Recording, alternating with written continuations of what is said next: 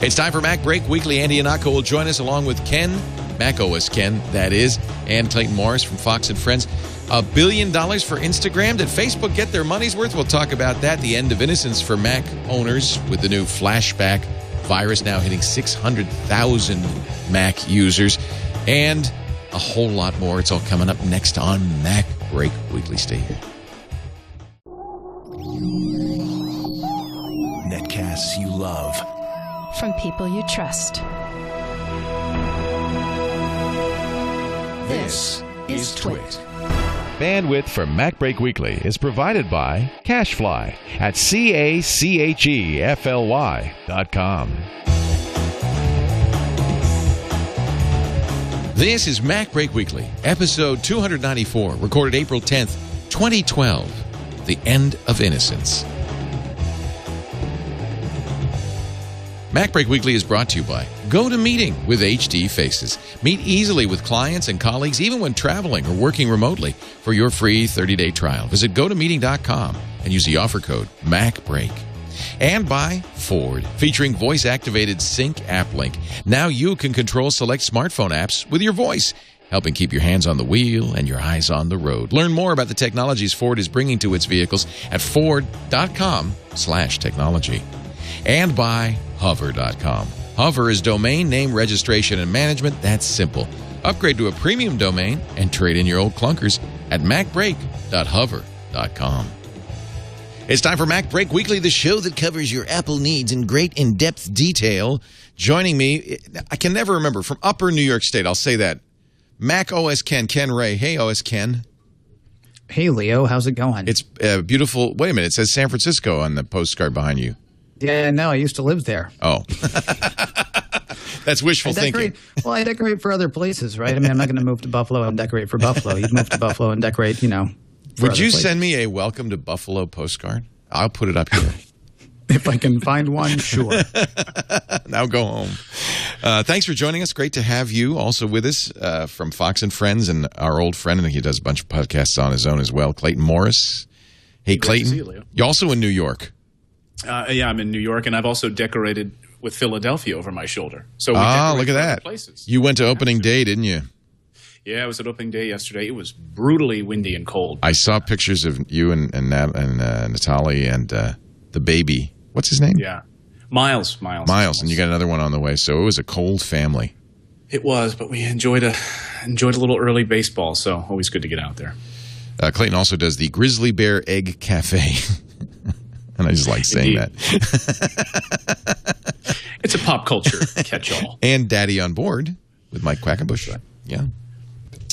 So, guys, aren't you sorry you didn't come up with a photo-sharing application with a bunch of filters about a year and a half ago?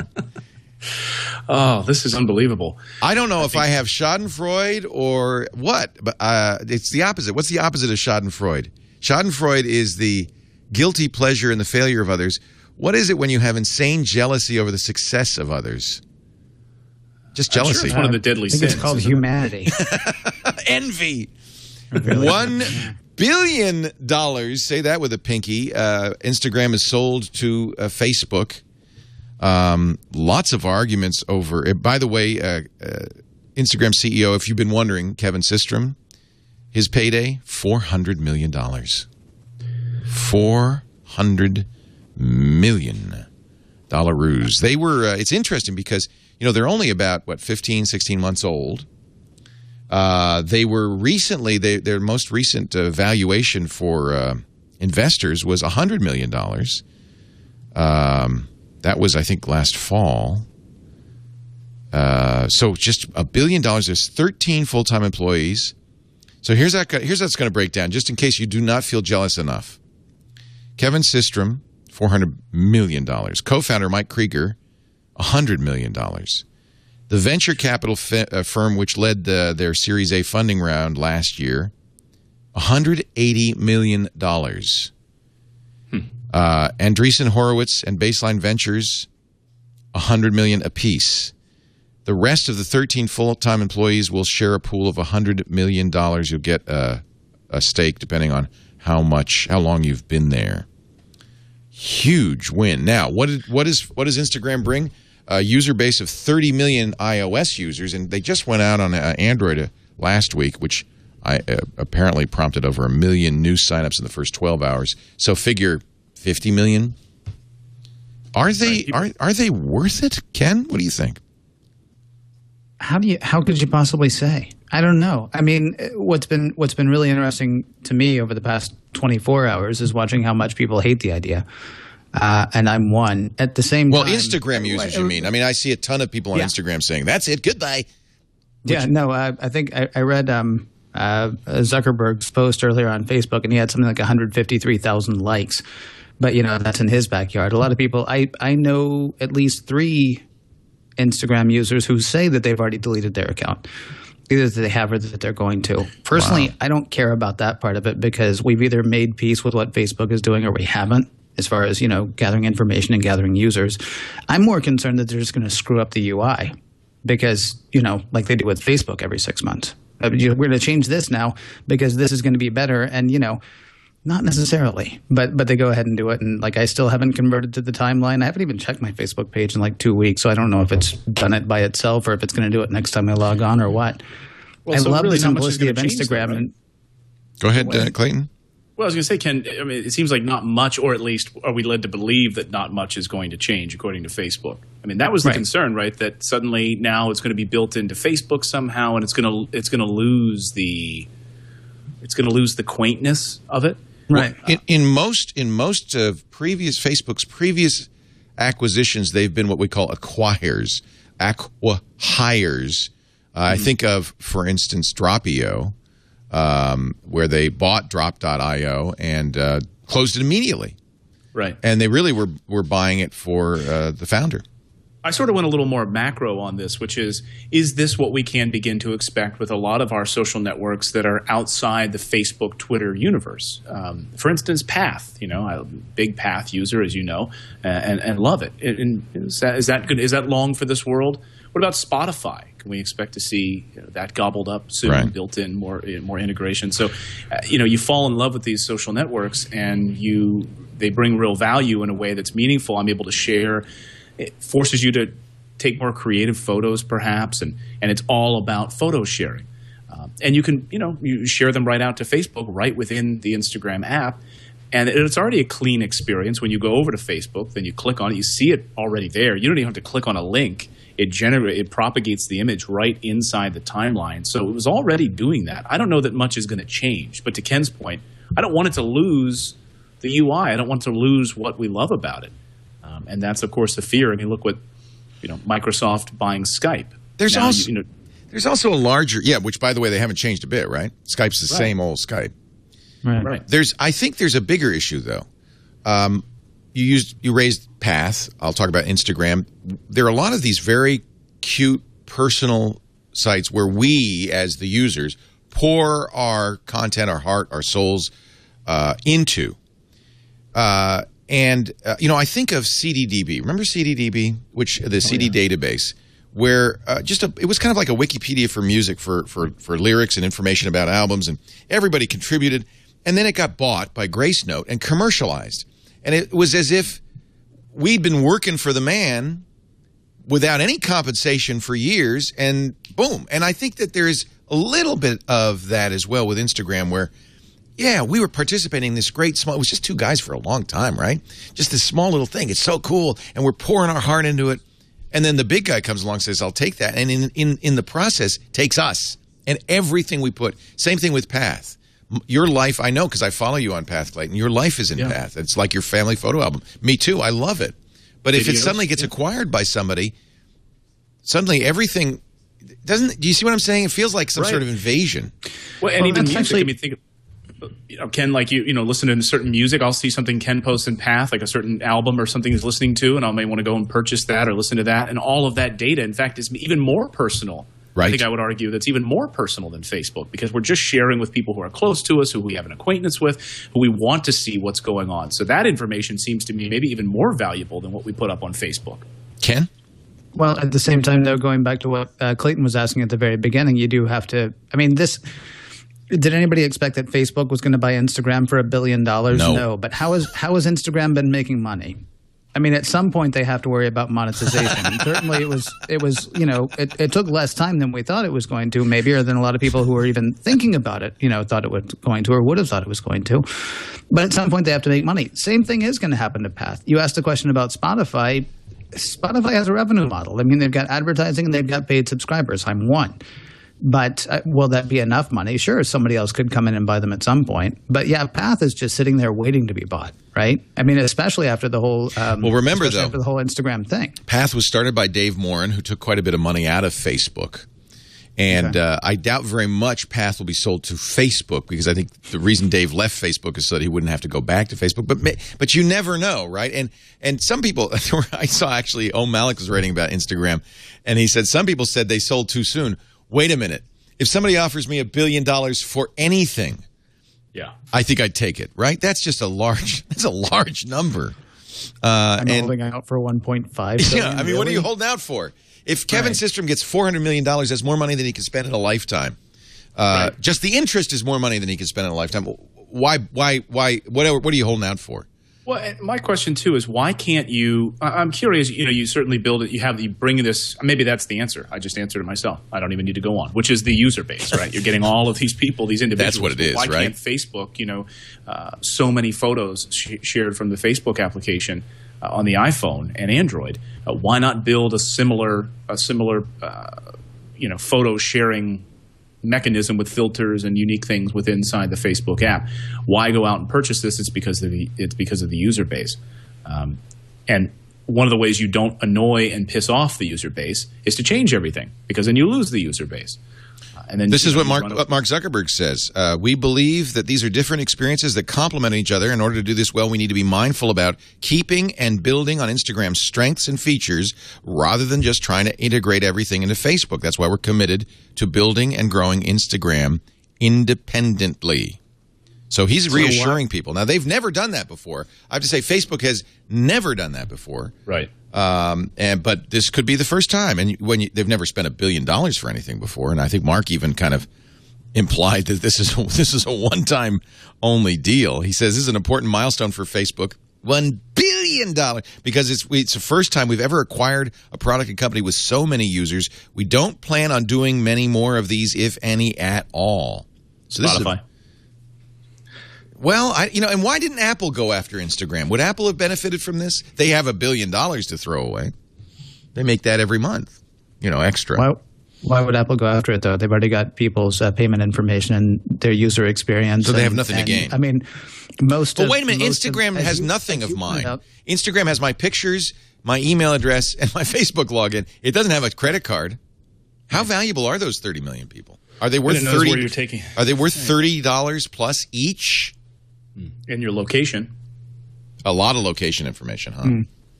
But you could have bought Foursquare for less than $1 billion. Right. I'm reminded of what Steve Jobs said to the Dropbox folks, right? What was his specific comment to them? That you're a utility? Right. Your infrastructure. And I wonder, right. And I'm thinking to myself, really, it's a photo app. $1 billion? Right. For a Photos app? Really, why couldn't Facebook have done something similar here? But again, it comes back to the user base. And I just try to think about other services out there that are like this, sort of built on one thing, that are ripe for being taken over. So don't fall too much in love with the likes of Pinterest, Path, these other things, because as soon as we fall in love with them and we hit sort of critical mass, they get gobbled up. Steve Jobs says Dropbox is a feature, not a product. He spent the next half hour waxing on over tea about his return to Apple, why not to trust investors, blah, blah, blah, and then offered $800 million for Dropbox, which they turned down. So that's a pretty good feature, Just got to tell you, he may have dismissed them, but that's Steve right there. That's Steve. You guys are crap, but how much? Exactly. Right. Right. I'll pay for your crap. That's Steve Jobs in a nutshell. That's just a feature. That's not writing, it's typing. You're not just even a worth feature. $800 million. I'll give it to you, but you're not even worth $800 million. You're not worth it. I shouldn't give you $200 million, but I will. Anything. It is. It's negotiation, isn't it?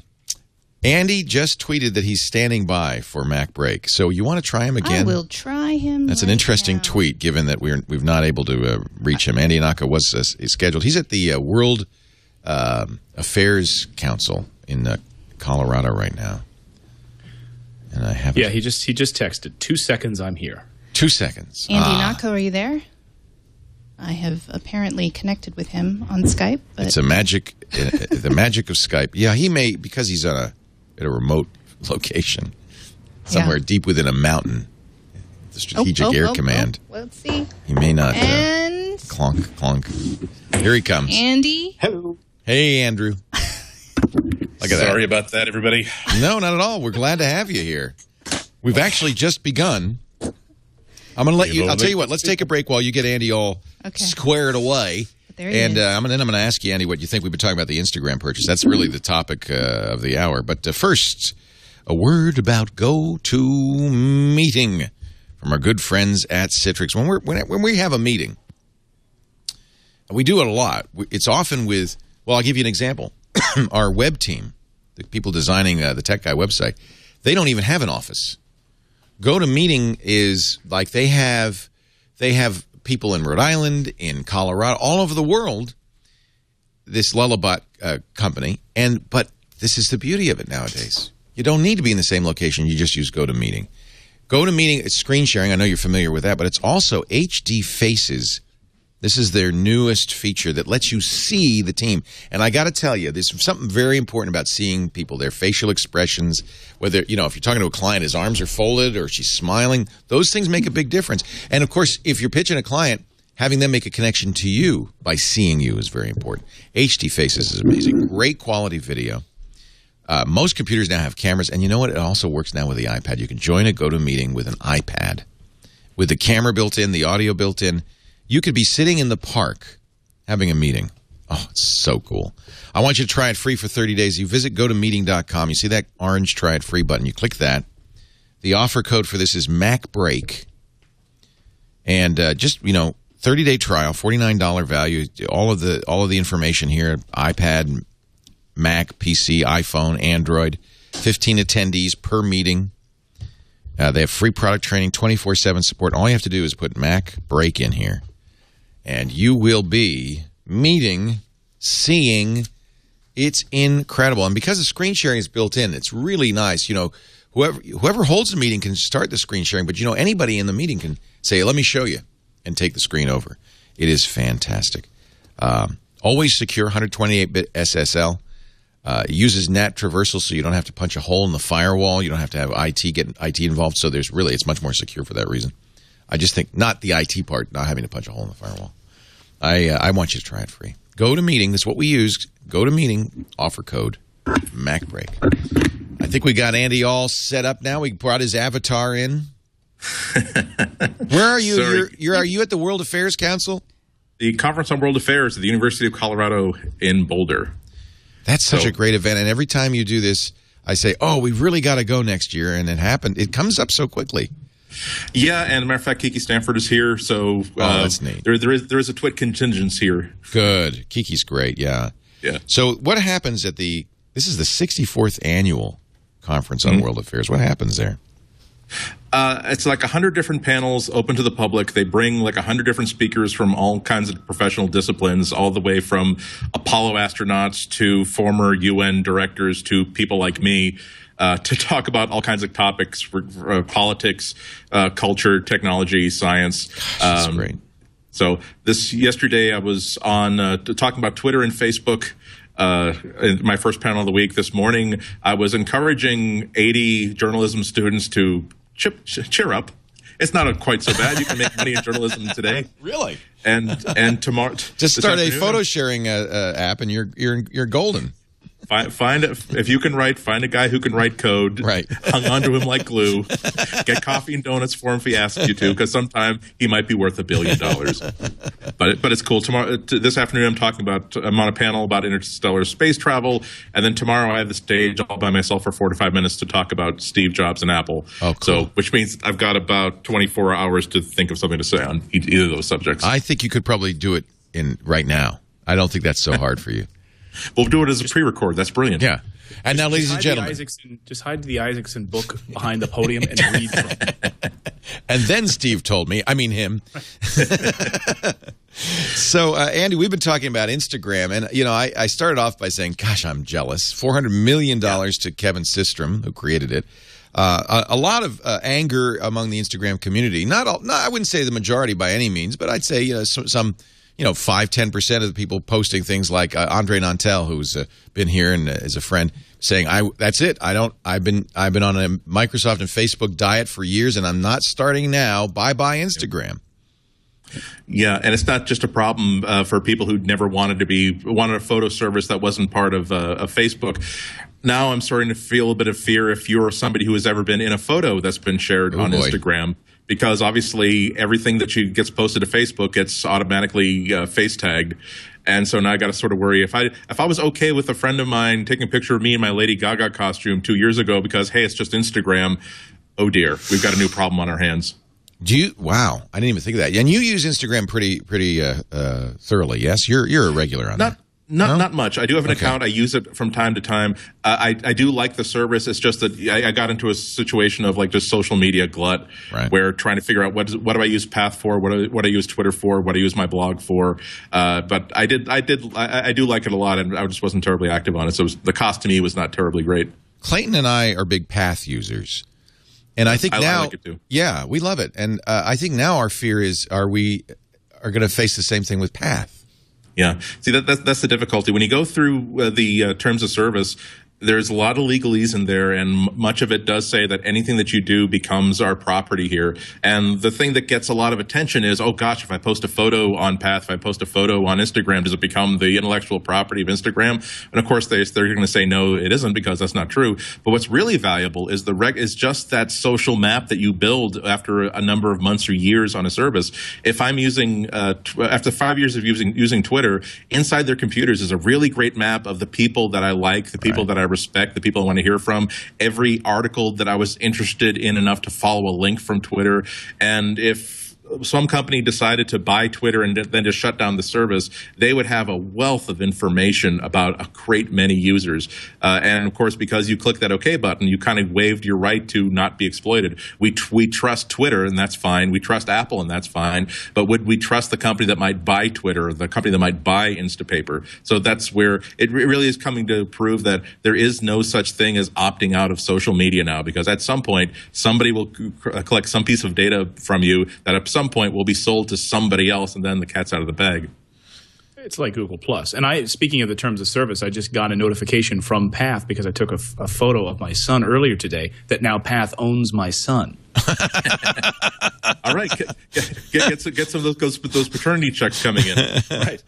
Actually, there would be a big difference with Path, because Path has the promise of privacy. You only share with the people that you connect with on Path, whereas Instagram was like Twitter, always public, right? If anybody could follow you on Instagram, so there's no expectation of privacy on Instagram.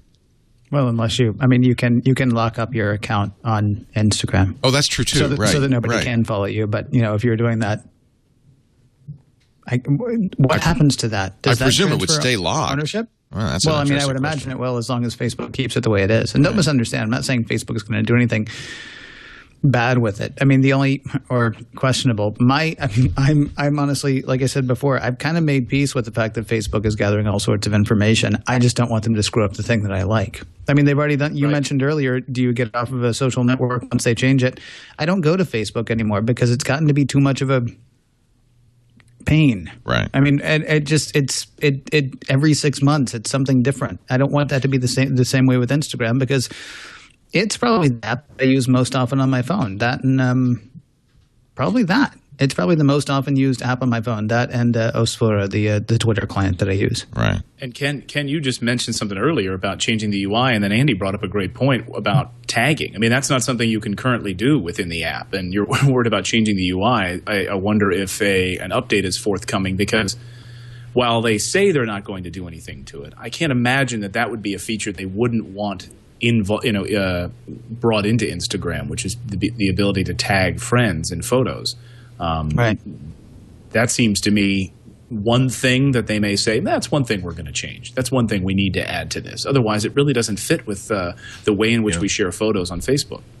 And let's not forget that Facebook, they're the kings of upgrading the security and privacy features that they offer to their users, and then quietly changing a default setting that you'd already put in. So my worry is that what if 6 months from now there was some sort of a default setting that said that your Instagram pictures belong to an Instagram cloud and they're separate from Facebook.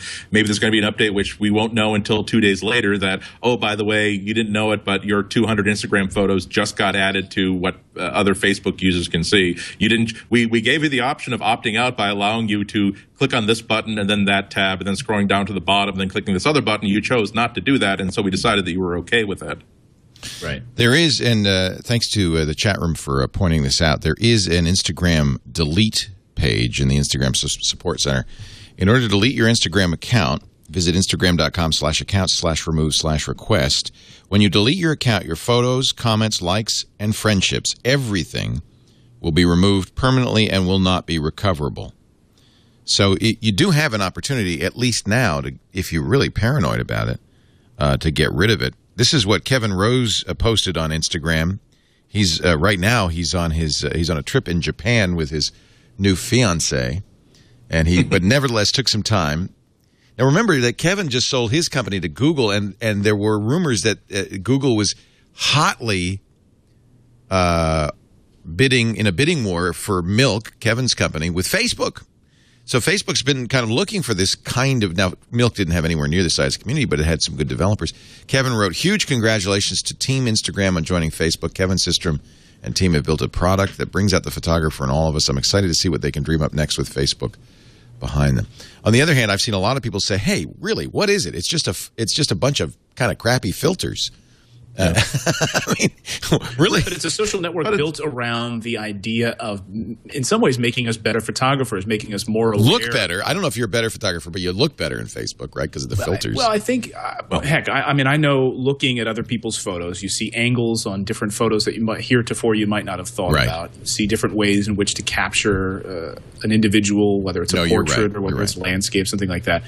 So in many ways, that's why people are so attracted to Instagram, because it's that one area where they can go and they can see other people's photos, they can comment on it, they can learn something themselves, and even if there's no filters at all being used on it, it's just cropping it so that it's you're well, and I do we had a very Penny De La Rosa was on TWiT Photo, professional photographer, who said she uses Instagram for inspiration. I mean, this woman is a very accomplished professional photographer. She says, oh no, Instagram is huge for me. I get inspiration from it. She's a food photographer, posts a lot of great pictures. A lot of pros use Instagram, actually.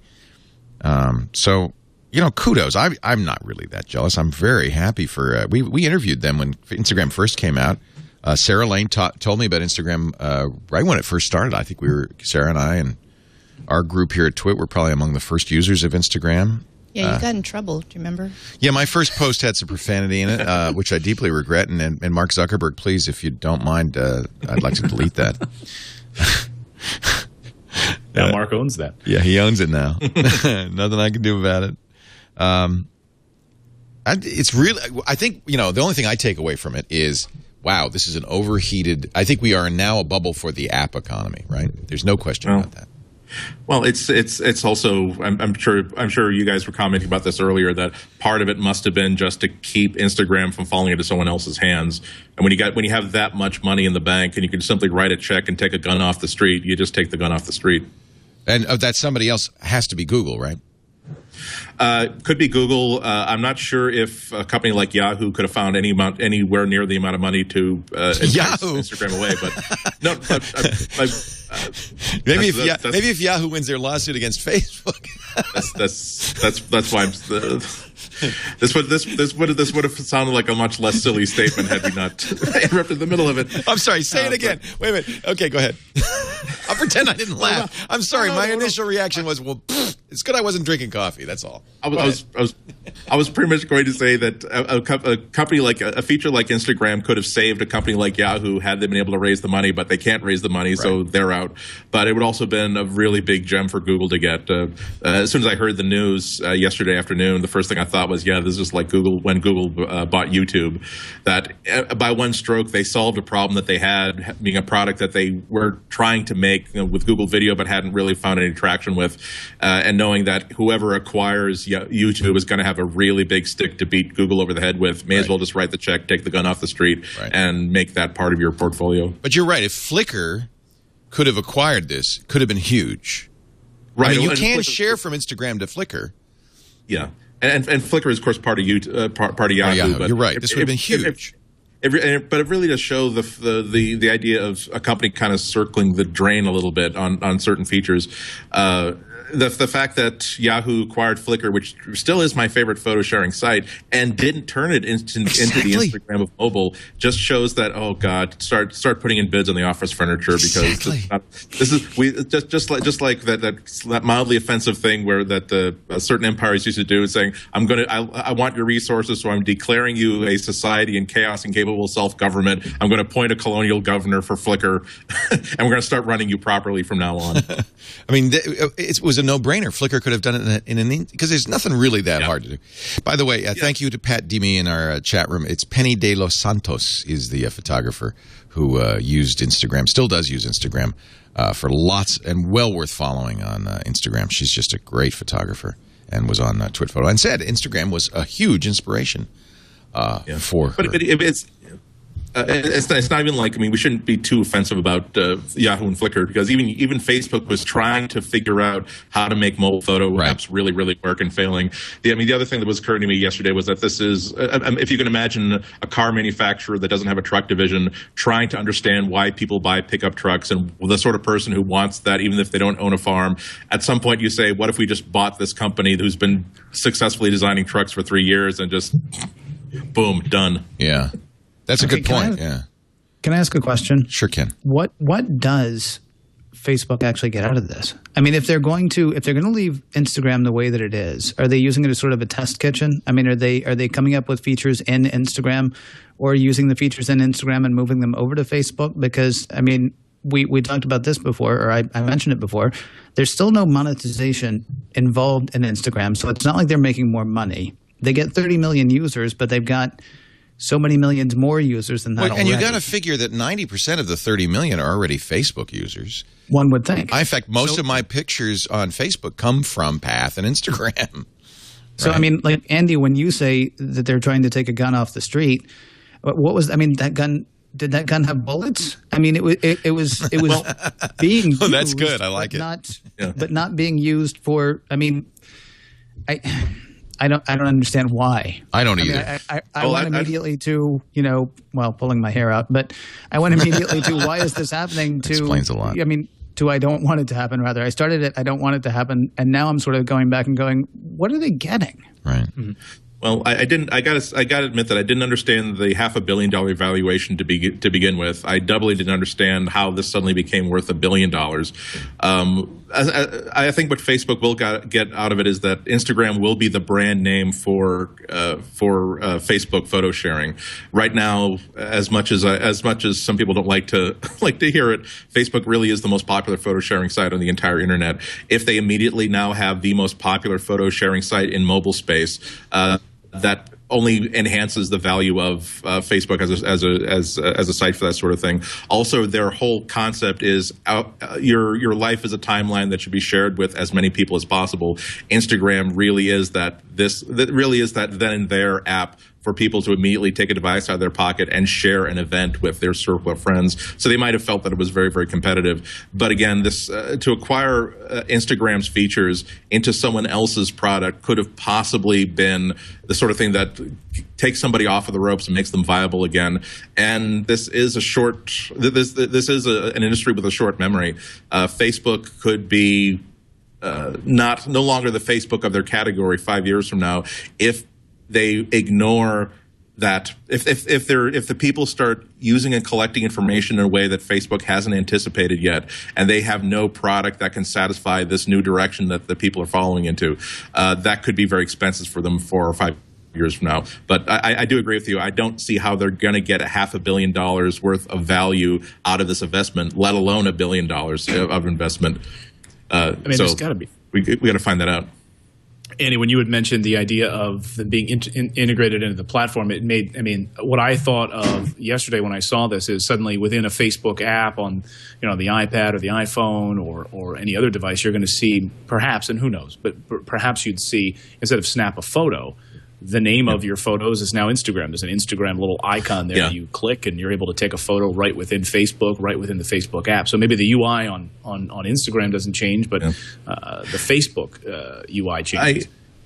You hate to make bold predictions, but I'd be really surprised if Instagram really had any presence as an independent entity a year from now. I really think that Facebook has started engulfing Instagram, and within a year or two's time, it's just going to be a name of a feature that's embedded into Facebook. And in terms of privacy controls, in terms of the simplicity of the experience, I don't think it'll be anything like what we're seeing today in Instagram. All right, guys, who's next? Who's the next big acquisition? Maybe not by Facebook, but by Google, Facebook, Yahoo. Is Path the next on the block? I was trying to think, whatever we love, that's what they'll take. So, damn them! It's true. Pinterest. If you listen to my wife, it's Pinterest. For me, it's Path. It's. I do love Path. I really do. And I think why we like Path is because it's somewhat more private. Right. And you get to share a level of intimacy that you don't share on. I think Facebook in many ways for a lot of people, but maybe not. I have friends from high school that I'll check in on, see what they're doing on Facebook, and they're much more liberal with what they post on there, right? But I sort of reserve that for Path. I feel like maybe I want to just reserve the more intimate details of my life. Maybe that insulates it. In fact, in a way, Dave Morin may have made a mistake. It insulates it against acquisition because. Yeah. Nobody wants to buy that because, in fact, that's the real question for Facebook, isn't it? Their number one job now is to reassure Instagram users, don't worry, don't leave, because if they bought anything, it ain't the interface, it ain't the programmers, it's the community. And it's the data, too. I mean, how many of you, they got the data. How many of you, by a show of hands, geotag just about every Instagram photo you take? Just you and me, apparently. I'm about 50-50. I do. I never geotag anything, and I'm worse. I cross post. Not only do I, you never geotag anything. Andy's on the run from the law, I believe. No wonder we couldn't find him today. No, it's really hard to. Geofencing doesn't really work very well the way that different apps have set it up right now, and so I'm very, very afraid that if I turn on locations for things that are useful, like hey, I'm in the middle of the Boston's Public Garden. Here's where I took this picture. We should come here and see this. Then the next thing I know, I'm at a friend's house and I've compromised this person's privacy by broadcasting. Here's where I am right now. Here's the house of somebody that I like. And so it's until geofencing becomes absolutely bulletproof, reliable, and until more social networks like Facebook absolutely say that we'll tell people that the moment that we release the geolocation of a photo you told us to stay private, we will find a top-level executive and have him or her murdered on live television because that's how seriously we take it. Or maybe not murdered, but just humiliated. Just I'm looking at my pictures; they're almost all. But that's partly because maybe you do this as well, Clayton. I don't use Foursquare directly. No, I don't either. So that's how I check in on Foursquare as well as with Instagram or Path. I always. Right. So all of that geolocation data now being shared with Facebook is incredibly valuable as we move towards location-based advertising, things that are around you, things you found interesting. Okay, one more question, then we're going to go to a break. This is a big question, and I want all three of you to answer it. Because, look, let's face it, if you carry a cell phone, you are geolocating everywhere you go. Is your location an important piece of private information?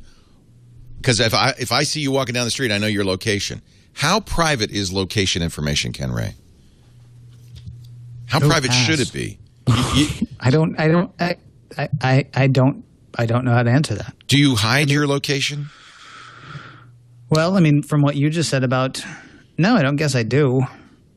Because the reason I ask that is it's become so prevalent that we don't really think about it that much, do we? Unless we're Ihnatko. The police know where you are at all times because they can for $1.50 check your cell carrier and say, where is he? Right. Triangulation to figure out where you are. Pen register doesn't even require a search warrant.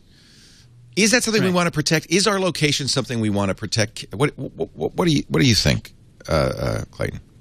It's funny you say that. I mean, I guess, as I'm walking around with my iPhone turned on, geolocation services or location services turned on all the time. And my wife wants to make sure that I'm on, Find My Friends or Latitude, so she knows when to pick me up from the train station. She just checks in on that rather than texting me and trying to find out exactly where I am, and maybe I'm half asleep.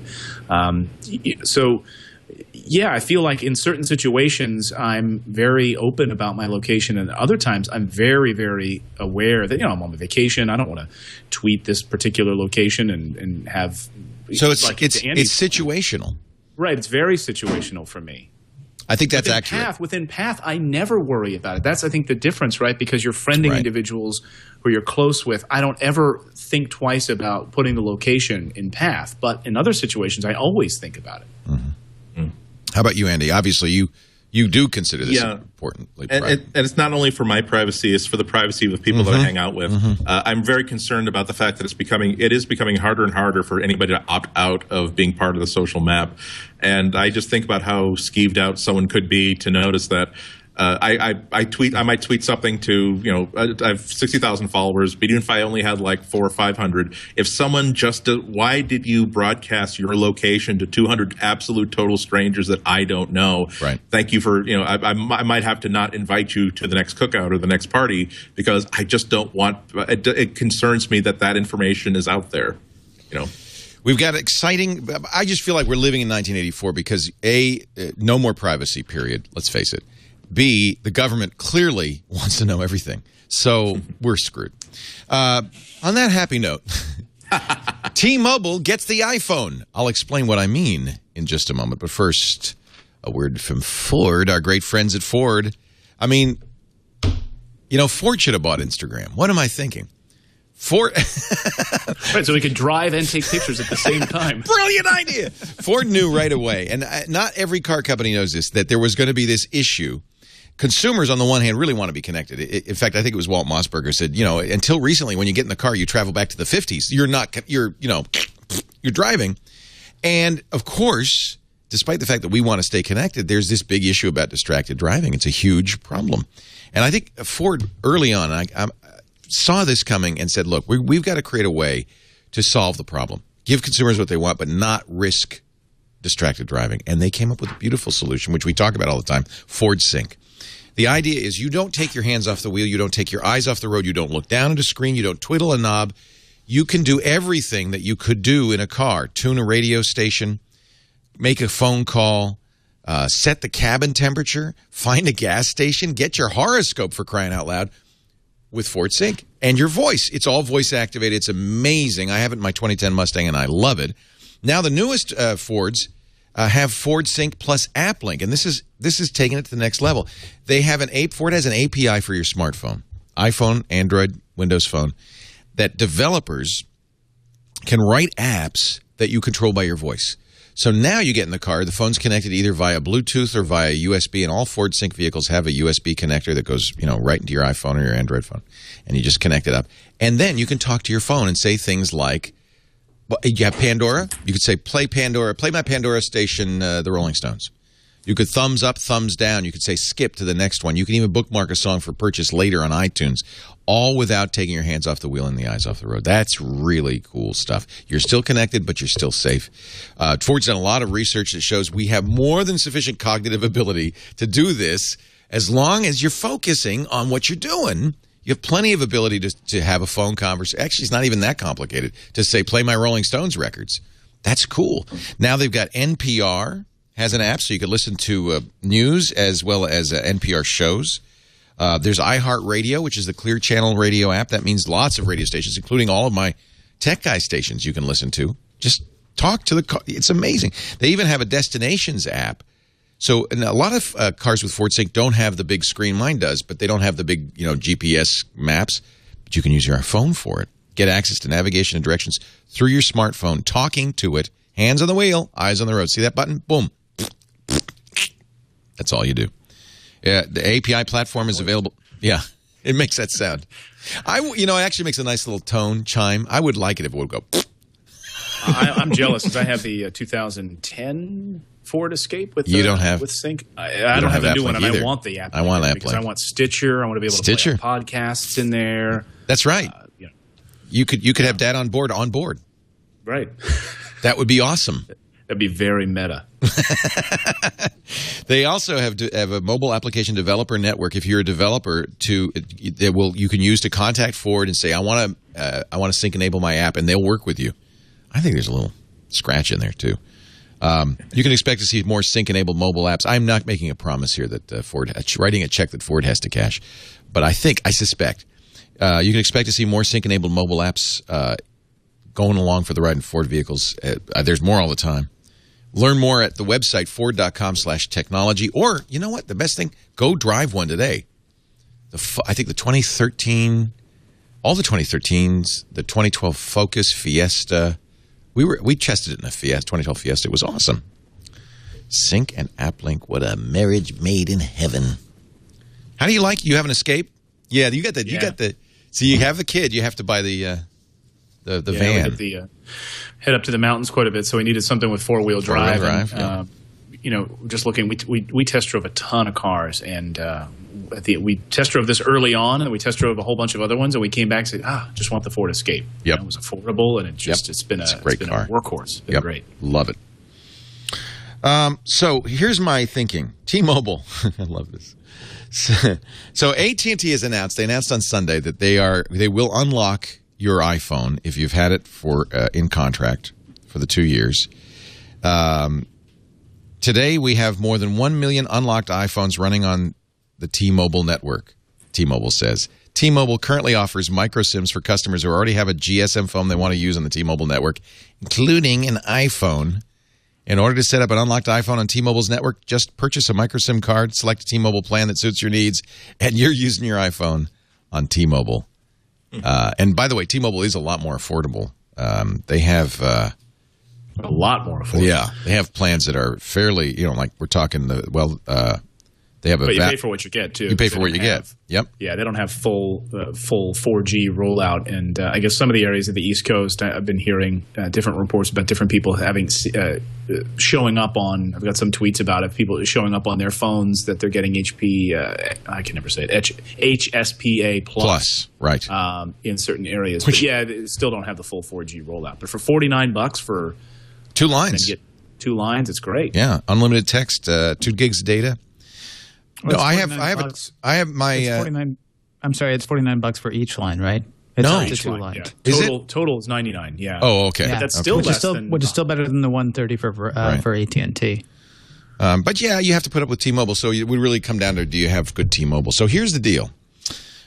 You can Apple actually is apparently, according to the nextweb.com, the one doing the unlocking. Actually, Grant Paul, who is an iPhone hacker and developer, did the research here. As of Sunday, you can, if you're out of contract on your iPhone, you can either go to an AT&T store or an online chat at AT&T's website. All they need is your IMEI number, which is in the About This Phone dialogue. One of the things I'm really excited about this is the international traveling. Yeah. Because if you've got maybe you're like me, or maybe you're like one of my family members, klutzy, and you tend to drop phones or you tend to break phones. You may not want to bring your iPhone 4S if you've got that, or one of your new phones. And let's say you've got an old phone laying around. Maybe you've got one 3GS laying around. What a good point! I do.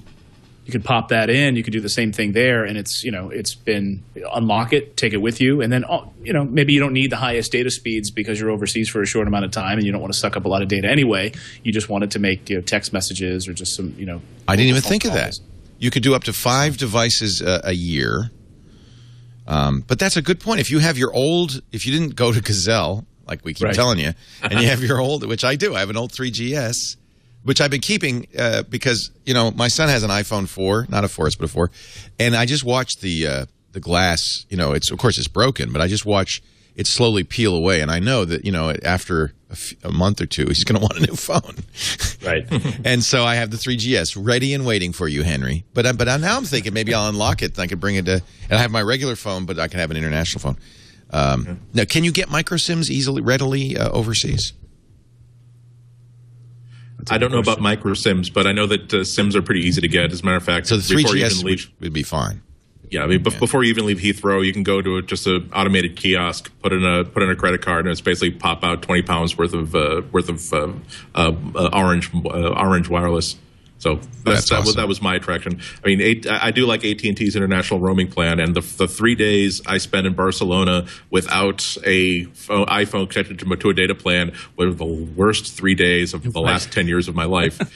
So believe me that I am going through my box of old iPhones, finding whichever the newest one could be unlocked, and immediately getting unlocked for exactly that purpose. Well, I wonder if it'll work on the iPhone 1, because I still have that. Do you really? Oh, that's funny. I do too. I do too. It's in my museum. Oh, and I love it. It's still one of the most beautifully designed pieces of hardware. I have the original iPod, the original iPhone. I have a Newton. So I have a little glass case with like this classic technology. But the funny thing is, I actually charged and fired up my my iPhone 1 for the first time in like 2 years. It really felt like a Chinese knockoff because the screen looked crummy. The transitions were like 4 frames per second. Yeah. It's like, my God, this was the Jesus phone? I don't think so. 3 hours of battery life. Yeah, exactly. So did you find it? Hey, Alex? look, it's an edge connection. We'll get 3G someday. Look at this. Well, now, and what did IAS give you? Oh, that's the original iPod. Yeah. Oh, it's a little dusty. Ooh, I have to dust my collection. There's the original iPhone. You're right. It does kind of feel a little. It's got the same fingerprints from 2007. I wonder if this is what the iPhone 5 is going to look like. Wasn't that funny, that rumor that says it's going to have like a unibody chassis? You know what's exciting about this? That people want it so much, and it sounds like that. They can really push this because they say now with plastic for better antenna work. Because they were smart enough to have a plastic bottom in those days so that the antenna would actually work. Wow. Just thinner, But yeah, it's not. I mean, how are they going to fit? All the rumors, of course, about a larger iPhone in the fall. But how? My question is, how are they going to fit if they do keep it at 3.5 inches? How are they going to fit an LTE chip in there? Right. That would be the first, right? That would be the first. The battery. Yeah. Oh, there's the SIM slots. I could actually use this. That'd be kind of retro. I'll save it for another 5 years and pull it out. It'd be like Michael Douglas in Wall Street. Wow. Wow, that phone is so huge. Sometime there's going to have to be a film, right? There's going to be some Hollywood film where it's going to take place in, 2006, 2007. And they're going to need a whole bunch of iPhones, right? They're going to need and so if you have a whole bunch of them on hand, just wait for Hollywood to come calling. I was watching something the other day, and there was a lot of cell phone activity. It was all iPhones. And I thought, boy, that's not going to age well. But then maybe it will. Maybe it will. Yeah, I have this idea. Right. My own Instagram idea that'll make me $1 billion is, how like James Cameron spent all that money to update Titanic for 3D. If you really want to update movies so that you can re-release it, take the movies from like 1988 and just digitally replace like the CRT TV with a flat screen, digitally remove like the huge shoebox phone for like an iPhone. You can do this. Those are the only cues that people have that these things are not happening in 2012. Costs you a lot less money. I think there's more return on the investment. You got to pity the poor Wall Street analysts who really can't say anything much new about Apple except buy more Apple stock, buy more Apple stock. Every once in a while, though, you get an outlier from BITG Research. A guy named Walter Piecyk has cut his Apple buy rating to a neutral. He says to investors, this Apple thing just can't go on. He says, telecoms, get this, are growing weary of paying high subsidies for the iPhone with returns that don't match Apple's high margins. In other words, Apple's making more than the cell phone companies, so they're just going to stop carrying iPhones. I don't think so. Because it's all about what the carriers want. It's not about consumer demand. Yeah. That'll work. Yeah. I agree with that, too. But there is maybe some kernel of truth to that when you certainly see what they were doing with this launch the other day. I love that phone. Now, have you been carrying that as your full-time phone? He's got the Nokia Lumia 900. Yeah, I've been carrying it just as equally as I've been carrying the iPhone 4S. And, whoa, that doesn't count. That does not count. I can't. No, I can't because there are too few. You have to give up your iPhone if you're going to really. No, and it does not take as equally. I'm carrying this as equal. No, you're not.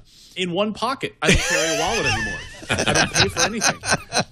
I do. I mean, it's hard to review a phone if you've got an iPhone because it's like, well, I don't really want to give up. No, the but iPhone, for about a week prior to the launch, or prior, I had it an early release, and I was playing with it. It's nonstop, pretty amazing. I really kept the iPhone away as much as I could, and it's a beautiful phone, but to the point of them being perhaps more interested in the lower amount of money that they're going to get for. That goes back to Apple. I mean, look, they spent $150 million, AT&T did, behind the Lumia 900 as part of this launch, which, of course, launched on Easter Sunday. Yeah, that was smart. Yeah, let's see. Let's launch our hot new phone on a day when all our stores are closed. I guess they were worried about people lining up and causing traffic problems. Wow. There was a wonderful, I can't remember who it was that wrote it, but somebody was like, yeah, it's actually pretty smart because then if sales don't go well, you can say, well, it was Easter. Yeah, it's not our fault. Yeah. What are people going to do? Golly. There's also somebody bragging about how it was the #1 most ordered phone on Amazon. And I said, yeah, because so many other stores were kind of closed. The people who were out shopping were probably more shopping from home than going out to a store on that Sunday. I kind of feel bad because we've been letting Alex Gumpel in our office use and review this. He's our only really kind of dedicated Windows user. Unfortunately, I'm showing his pictures now on national television, and some nudes in there too. I just feel kind of bad. I don't know if Alex really knew that we'd be doing. I really wanted to like this phone. I think maybe more than I did. I think, Andy, you maybe said it best a few weeks ago that there's still a few holes. Well, it's apps, right? There's no Instagram, right? Well, and look, Internet Explorer on here is I've had nothing but problems. Oh, really? With Internet Explorer on here, and just trying to load web pages. I know yours is loading perfectly there, but where even in my video review, and I was on LTE in the middle of Midtown Manhattan on LTE, which every other phone that I test on LTE is really fast. Just would hang up. I couldn't get web pages to load, and I know other people. I think even Walt Mossberg reported having issues loading web pages on Wi-Fi. Right. And I actually talked to somebody from Nokia about this, and they said they're looking into it. They have R&D looking into it right now and trying to figure out what's going on here. So. I still can't. I'm trying to load TWiT. It isn't loading. Let me see if I can load. Let's see. Leoville. There's one of my favorite little small blog sites. There's TWiT finally loaded. Yeah, you're right. Maybe that was a TWiT problem. It seems like certain websites, and I can't figure out, even if mobile optimized websites as well. Like really, you would think, well, you're not having as many photos to worry about. Rendering in kilobits instead of megabytes, and still not loading quickly. But do love the hardware. Yeah, I just think it's a beautiful phone, but it's too late. I don't know if it's too little, too late, but it's definitely too late. I don't know about that. You disagree? I think that. Everybody has an iPhone. Yeah, but I mean, $99, and Microsoft supposedly paying between a $10 and $15 bounty for every. Right. Well, they had to do that because other carriers do that. They weren't getting AT&T wasn't recommending the Windows phones, so they kind of had to do that. Well, but I mean, you've got at least three different prongs there, though. You've got Microsoft doing that, and then I think it was Nokia ponying up something like $25 million to make this the free phone for AT&T. So it's not just a matter of for AT&T employees. So it's not just a matter of, okay, you guys sell this because you'll make some more money, but then it's also, by the way, if you want a free phone from us, here's your free phone, get to know it, get to love it, and go ahead and start using it. And then you've got AT&T spending $150 million. I don't remember, I mean, everybody keeps talking about, and correct me if I'm wrong, because it's been 4.5 years now, but everybody keeps talking about, well, AT&T is spending more on this than they spent on the iPhone launch. Did AT&T spend real money on the iPhone launch? I mean, there was so much talk for 6 months before that, and I remember AT&T honestly acting a little PO'd when I came in the first day of the iPhone launch, just because I happened to pass two of them, and they seemed really more annoyed that I was there asking about the iPhone than anything. I mean, they're behind this phone now. Yeah. But all the signage, because they weren't used to having customers in their stores before. So when you walked in, they were shocked to see someone in there. But no, all the signage that was up in those stores. Remember that they had that giant that giant iPhone, which I always wanted. Oh, I love that. It was running Windows. I loved that too. Yeah, it was, and it had all the signage in there inside the AT&T store. So I think I bet you could get those giant iPhones really cheap right now. I bet that they were carved up before they were returned. That's a bummer because it would be really cool to have one of those in here. That's usually with display stuff like that. They don't just simply send them back. They say you have to destroy it and then send it back to us. That's the pieces. But I do want to say that the handsets is really one of the areas in which Apple, I wouldn't go so far as to call them vulnerable, but which they don't really have total dominance yet.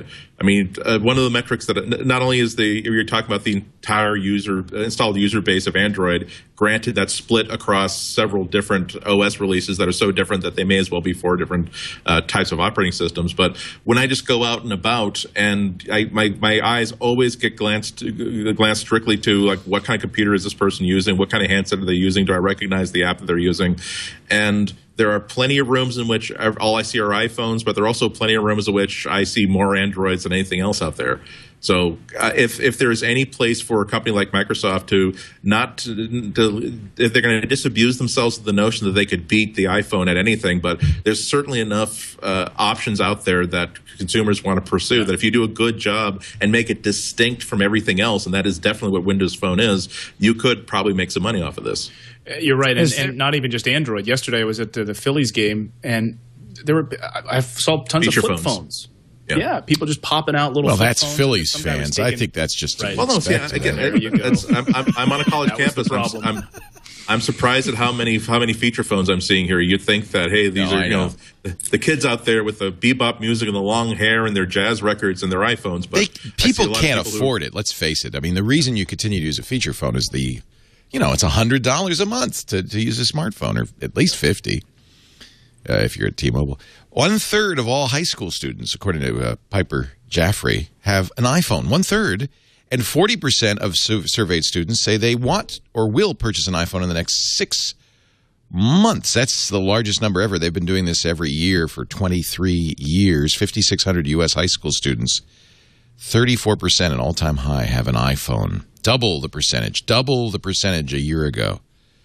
So hey, can we go back for a second to PieCheck though? And this actually ties into that because there were 2 other things. There were 2 other reasons that PieCheck dropped his rating from buy to neutral. This is the analyst who says, "Don't buy Apple stock. He's bad." Right. The first one was that Verizon, AT&T, and Sprint, which is kind of funny, may abandon the iPhone. Sprint especially. Sprint's they're in. They spent a lot of money near on term, that. right? Yeah. The second reason was that Apple may go ahead and drop the price of the iPhone, which would, of course, lower the amount of money that they could make from it. I guess that would be to battle the Verizons and AT&Ts in the world of dropping the phone. But the third thing is his third reason was that Apple may not come out with a revolutionary product this year. And he said in his note, they may not. He said in his note that the evolution of the mobile space and of the tablet space, the evolution of what they've already got will continue, but they might not do anything revolutionary, and that might make people worry, and that might send Apple shares down. And then you go to what you've got right there with the high school students. What was it again? 1/3 of them? 1/3, and going to 40% in the next 6 months if they're not probably lying. They're probably there forever, because then go back to every other analyst, not forever, because forever is a long, long time as the song goes. But I mean, they're locked in now because they have Instagram and they have iTunes and they have iCloud. If they've got more than one, I mean, the music that they're buying through iTunes now can always be downloaded back to that phone. It can't be downloaded to the Lumia 900. I mean, you can move it because they're unprotected DRM-free MP3s at this point, but that's not the same as, I remember I deleted that song because I wanted to download this, but now I hate that. I want that song back. Boom. Mm-hmm.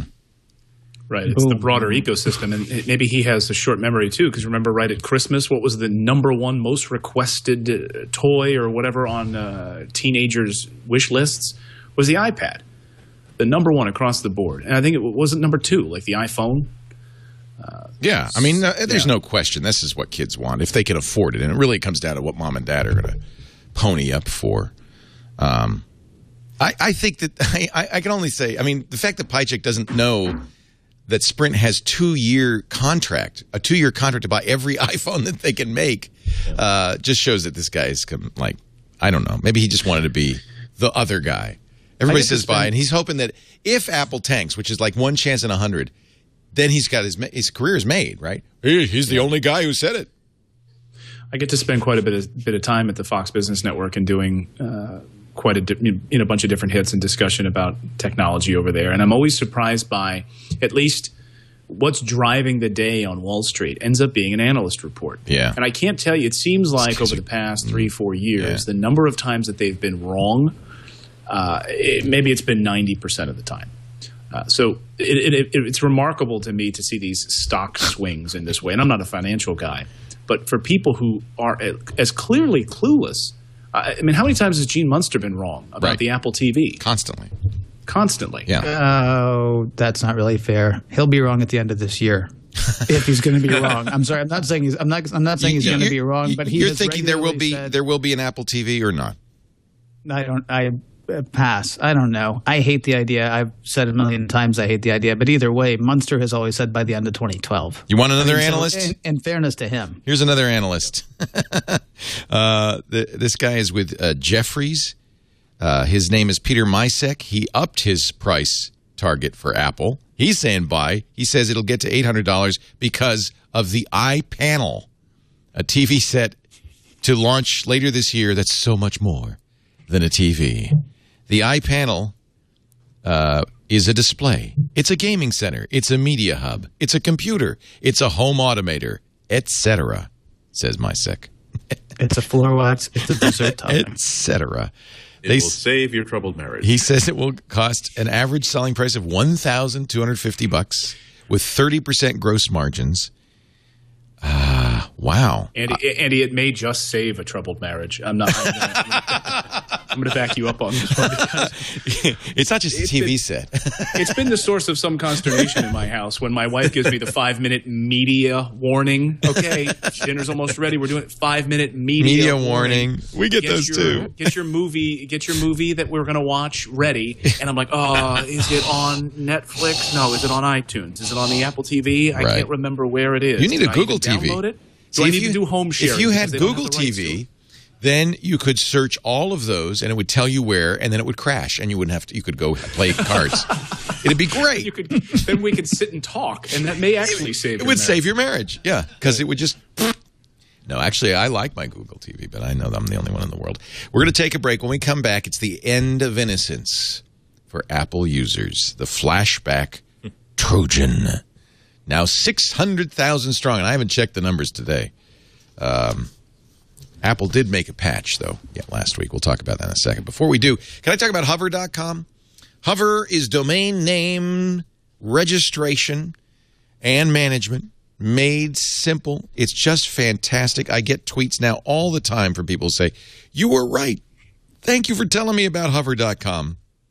One of the things they don't put in their ad copy, I'm just going to tell you, if you go to MacBreak, type this in, macbreak.hover.com, you'll see at the top of the page there's a phone number, 866-731-6556. If you call that number and say, I'm listening to Leo on TWiT, and I want you, at no charge to me, to transfer all my domains to Hover, they normally they charge $25 for this concierge service. Please don't do what I did. I said, oh no, I'm going to save $25. I'll do this myself, and I still have domains that are locked over at GoDaddy. And I can't. They just Hover will do it for you. They charge $10 for each domain registration transfer, but that's another year, includes another year on the domain name. So you're making out like a bandit. Call them and get that transfer over. You will thank me. If you're about to register new domains, go to hover.com. Let's see. I need a new domain for what should my new domain name be? Photosharingapp.com. I think I've got an idea for a new app, never before seen, and I'll search for that. Now, I have a feeling that's gone, but we'll see. Whenever you got a domain name idea, you want to go in there, log in. Yeah, somebody's got it, but look, here's something interesting. There's some stars next to some of the suggestions. These are premium domains that somebody said, I'm willing to sell these, and they set the price. So, one of the problems I have when I go to buy a domain is they say, that'll be $1 billion. This way, the price is already set. You know what you'll pay for it. If you see a domain with a star on it, it's It's a domain that you can get for a very photosoftware.com. That's available. That's not bad for $16.49. Photoa.com, photopo.com. So these are premium domains. Hover has this new thing, and I love it, the premium domain name market. They also have clunker trade-ins. If you, as I do, often register names that I'm never going to use again. You know, something I thought was a good idea at 3 a.m., and you never use it, they will refund everything you've spent at hover.com to you. They'll give it back to you. That's nice. You got to love that. Hover.com. Go to macbreak.hover.com. Give them a try today. They have a no-hold policy for phone calls that come in during business hours. I love the domain management console, too. Just clean. There's just not a lot of clicks, see? It's just very straightforward. I guess I can give up shutupandplay.tv now. I don't really need that anymore. Okay. I have all my, if you're a ham, you register your ham call letters. See, I have, and then you just forward it to my regular site. It's just really cool. If you need a non-premium domain, a standard domain, use the offer code MacBreak, 10% off. To trade in a clunker, call the customer service number on their website or email them at help@hover.com, and they'll help you get your money back. Love that. MacBreak.hover.com. Give them a try today. They're really nice people. They're Canadian, so you know they're going to be very kind and nice. GameOnShow.com, GameOnShow.tv. Anybody want to? I could put those on maybe I'll save it just in case. You never know. All right, let's move on. The flashback Trojan or virus. It's so funny how many emails I get because some people say, "Oh, it's not a Trojan," and then some people say, "Oh, they were calling it a virus, and that's a Trojan." It was a Trojan. Now it's a virus. You could even say it's a worm. According to drweb.com, which is a Russian antivirus site, 600,000 Mac owners are infested, 57% of them in the U.S., another 20 or 30% in Canada. The way you got it last year was it was a Trojan. You'd get you'd click a link to download a fake Flash updater. Most recently, it has come in as through a hole in Java. Oracle, which owns Sun, which owns Java, patched that hole in February. Apple took a little longer. If you think back, you remember there was a lawsuit, blah, blah, blah, blah, blah. The Apple Java is not made by Sun. It's made by Apple. They didn't update that till Wednesday. They have updated it. If you haven't run your updates, get your update because that hole allows a malicious website just to get into your system. There is a flashback checker. I'd probably recommend this one from Infinite Loop. Jackie Cheng writing about it yesterday at Ars Technica. It's just an Apple script. You can just run it and check for your infection. There's a simple terminal command. If you're comfortable with terminal, that might be safer. I always get nervous about downloading apps to check for malware because that's one way bad guys get on your system. Is it the end of Innocence, Andy Ihnatko? More of a wake-up call. I mean, more of an end of stupidity. People who might have thought that the reason why Macs don't have viruses or Trojans or malware is because they've been blessed by God with absolute impenetrability and invisibility to bad people.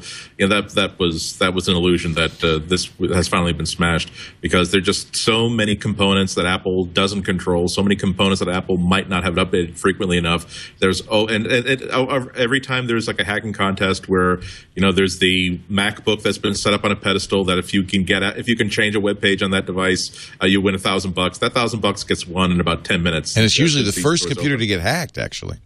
Yeah, exactly. Yeah. Chiefly because of just what you're talking about how Microsoft has actually had a bigger and more public problem with malware, and so that means that they're really a lot more aggressive about fighting it.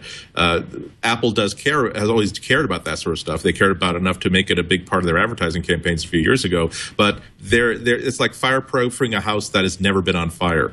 Right. They're not as paranoid about it as Microsoft has been, which is why I would say since Vista, Windows has actually been on a simple basis of the number of security holes that can be exploited. Windows has been harder to exploit than even the modern version of the Mac OS. So yeah, it's a wake up call. Yeah, And Age of Innocence is over, if ever there was one. Yep. What do you recommend? Do people run out and buy antiviruses? Not yet, because I've yet to see an antivirus kit that really attacks the problem that's being presented right now. Antivirus kits are best for going after known threats that can be identified and scanned for, and also looking for processes that are inherently dangerous. And the only ones that are effective are the ones that are so paranoid about processes that it doesn't understand that you uninstall it in about a day because there's just too much hassle. I like Little Snitch, but that's exactly what happened with Little Snitch. Yeah, exactly. I couldn't bear it. By the way, if you had Little Snitch running on your system, Flashback would say, oops, and would get out of there. It would delete itself. Also, it bears mentioning that the next version of the Mac OS is going to have countermeasures exactly against this sort of thing, where if Apple's system of code of signed code really works, not only will it be that much harder for unrecognized code to enter the system, but also the system will have a way of recognizing that it's been tampered with and to block operations of errant code. We'll have to find out how well this works. There's I've been talking to a lot of developers about how Apple's implementing this, the sort of threats that it could solve, the sort of threats that could do nothing to solve, and the sort of innocent things that seem to be impossible now if you're following Mountain Lion's rules. But for now, I don't think that anybody has ever established this sort of credibility as an antivirus maker to warrant going out and spending $50 for any such a product. Yeah. You guys feel cheated, ripped off? I know you're both Mac users. Mac OS Ken, you've been following the Mac operating system since practically day one. There was a long time a debate: are Apples inherently more secure, or just is it that hackers haven't attacked them? Which does this now prove it that they are in fact just as insecure? Well, I mean, Andy says that this is a wake-up call, and he's right, but we get this wake-up call, it seems to me, for the last 5 years. It's not about the every first 6 time. months, right? Yeah. I mean, you say our innocence is over. I think the story, and I don't know why I remember this line, but the line that I used, I want to say in 2006 or 2007, was our time in Eden is over. Yeah. Because there was some malware that came along. Did you bite the apple? I mean, this is just, it's part of it now. And it's kind of a drag, and it's still safer because there's still not as much. But yeah, if people were just saying, well, Macs never get viruses, I mean, or never have to worry about malware, or don't have to worry about security, sadly, that's foolish and wrong. I actually started to steer people. I used to steer them towards Macs. I now steer them towards iPads. The people who are really just not sophisticated, they just want email and they don't want to worry about security. An iPad's secure, right? We had an issue recently with a family member who's 71. And over the past year, he has twice broken his MacBook, and just through something that he shouldn't have been doing with it. And I, in my head, started having the discussion with him about, what you really might want, because I think that's more than enough for him. I honestly do believe that would be for more most than enough people. For him. Now, luckily, it's been salvageable. His MacBook has been fixable both times. But I mean, at some point, what did he do? I mean, is it malware? Did he? I don't want to tell you. No. Okay. He cleaned it with water. Okay, there. It's he's that would break an iPad too. In fact, I know very well it's not good for an iPhone either. Right. So yeah, but I mean, at least you can take a tissue or something. I mean, and wipe the screen of an iPad and accomplish about the same thing that you would hopefully not want to accomplish putting water on a keyboard of an iPad. I have a MacBook. What do you guys think about any sort of antivirus software on the Mac? I mean, I know Andy just answered it in part, but I'm always struck by when I go home to visit my parents, and the computer guy that my dad insists on using, that he's used for like 20 years, pops over to the house and immediately installs all of these antivirus software programs on this computer. And my dad wants to know when I show up why it's now so slow. Right. And all he does is get on to check email. That's the only thing he's a realtor. He gets on, he goes into email, and he launches his MLS program. That's all he needs. He's not downloading all sorts of ridiculous attachments. And I warn him about doing anything like that. He's like, I never do that. So why do you need this stuff? And it slows his computer down so much that I uninstall it. And I'm curious what Steve Gibson would say about that, but is that a bad thing? Steve does not use an antivirus. A lot of people I know, I don't use an antivirus on any computer, including Windows, because if you know what you're doing, you don't need an antivirus. The problem is the people who need an antivirus are people like Ken, like your family member or others who just don't know what to do. You know, they see, for instance, this flashback Trojan worked because, oh, you need to update your flash, but it didn't look like Adobe. You go to a site, it's not Adobe's site. And, you know, we would go, yeah, right, I'm not downloading that. It's the inexperienced novice user, and I suppose those are the ones who need some help. But does something like Mac Keeper, would something like that even work in that situation, or would you be better? I have some recommendations, in fact, that I will make as my tip of the week. How about that? Let's move along. I want to get a couple more stories in here before we get our picks of the week. Walter Isaacson responds. You remember that Larry Page, in an interview last week in Business Week, said, "Oh, I think that was theater. I don't think Steve Jobs really wants to kill Android." Walter Isaacson, in an interview this week, said that probably he discussed the petulance and exuberance of Jobs. And he said, you know, Tim Cook's going to settle with Google. He said, this isn't going to go on much longer. Steve gets upset. Steve was furious when he saw Microsoft, this is a quote, stealing the Mac OS interface and licensing it to every PC maker who paid for it. So when Google licensed its Android mobile operating system so promiscuously to junky handset makers, he was determined to act. Steve said to Google, you can't pay me off. I'm here to destroy you, but Tim Cook will settle that lawsuit. He's a lot less emotional about business than Steve. Why are you laughing, Andy? We may never know. Bummer. Bummer. The comments where you were saying about how this was all for show, really. He was just trying to get his troops excited about what they were working on. Oh, sorry. Which is like, does this sound at all like the way that Steve Jobs does business? Not really quite so much, but yeah, it does make sense that realize that the very first thing that Steve Jobs did when he arrived back in the CEO's chair was start to settle lawsuits that he felt were mostly unproductive for what Apple needed to do. That they were costing way too much money. They were causing them to focus on exactly the wrong things. At some point, you got to realize that you can't.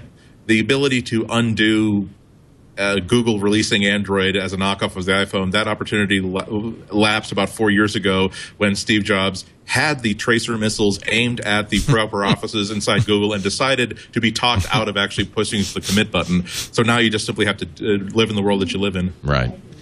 Some other things that Isaacson said, despite the loss of Jobs, Apple will still create more great products. It has, quote, the world's greatest industrial designer, Johnny Ive. He said Jobs was, quote, the most intense, emotionally charged person you could ever meet. When asked, well, did Steve suffer, as it's sometimes presumed that others in the tech industry do, from Asperger's syndrome? He said, Steve wasn't kind. He was brutally honest, but he was intensely emotional and cried many times when we talked.